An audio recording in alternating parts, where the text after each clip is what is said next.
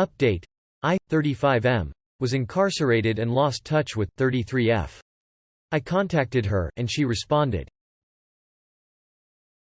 Previous post is here. The short version is that I was wondering whether I should try to contact my former girlfriend after I went to prison for a long time. The consensus was that I should, and people gave very good advice on how to do that. First, I want to say thank you to everyone who offered advice or kind words. I had spent so long feeling ashamed about my situation, and expecting most people to react very negatively if they knew. I had barely discussed it with anyone before, except my dad and people whose job it is to help me, lawyers, therapists, etc. And I was very surprised to be met with so much compassion from a bunch of complete strangers. Thank you, truly. Several people asked for an update, and that's the least I can do in return.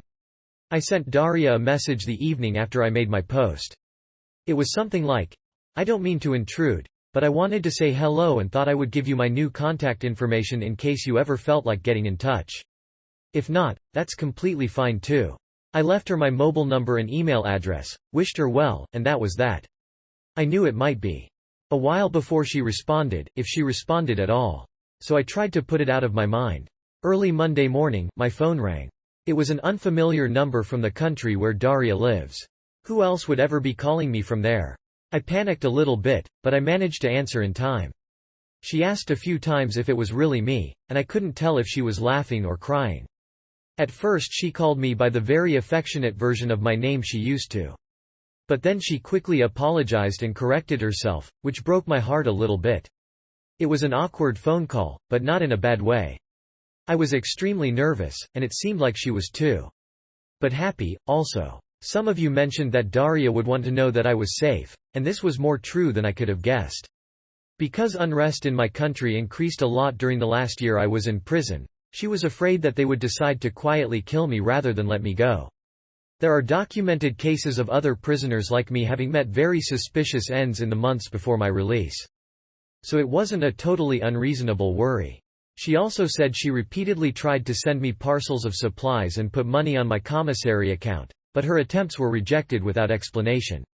After my sentencing, I was not allowed to receive correspondence or to have a commissary account at all, because of the classification of my crimes, so she was forced to give up. She told me this as an apology, as if I would have been disappointed with her for not helping me more. I had no idea she had done any of that. I do know that it was not a safe thing for her to do, and I feel terrible that she put herself at risk trying to make me a little more comfortable.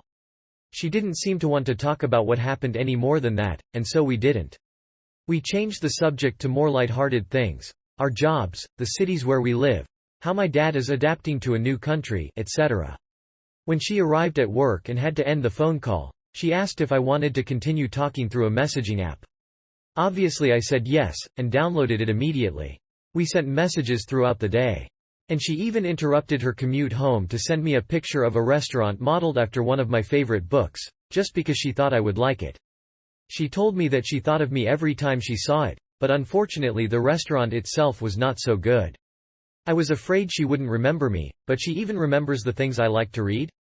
She remembers a lot of little things, even stuff I forgot.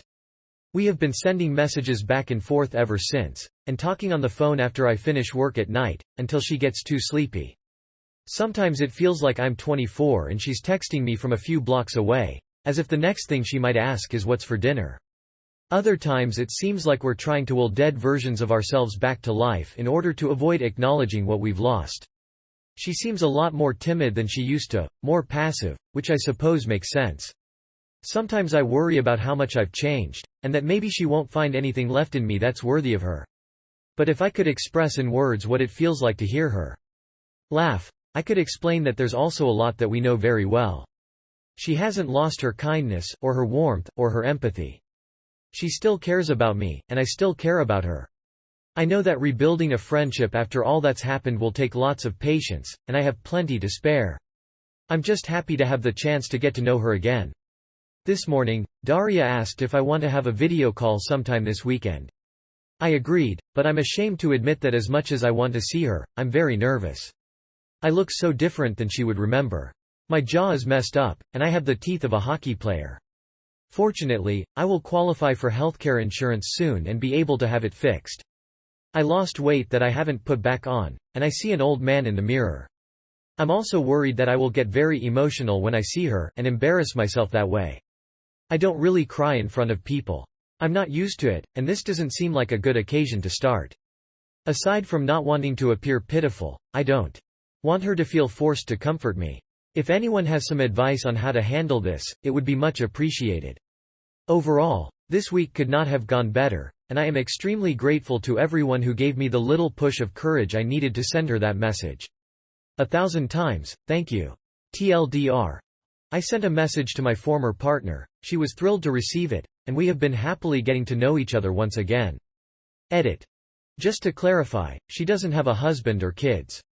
As I said in my first post, I only considered contacting her because there was no evidence of a partner on her social media. But I understand that my first post wasn't visible for a while, so I can see why that may not have been obvious. Sorry for the confusion.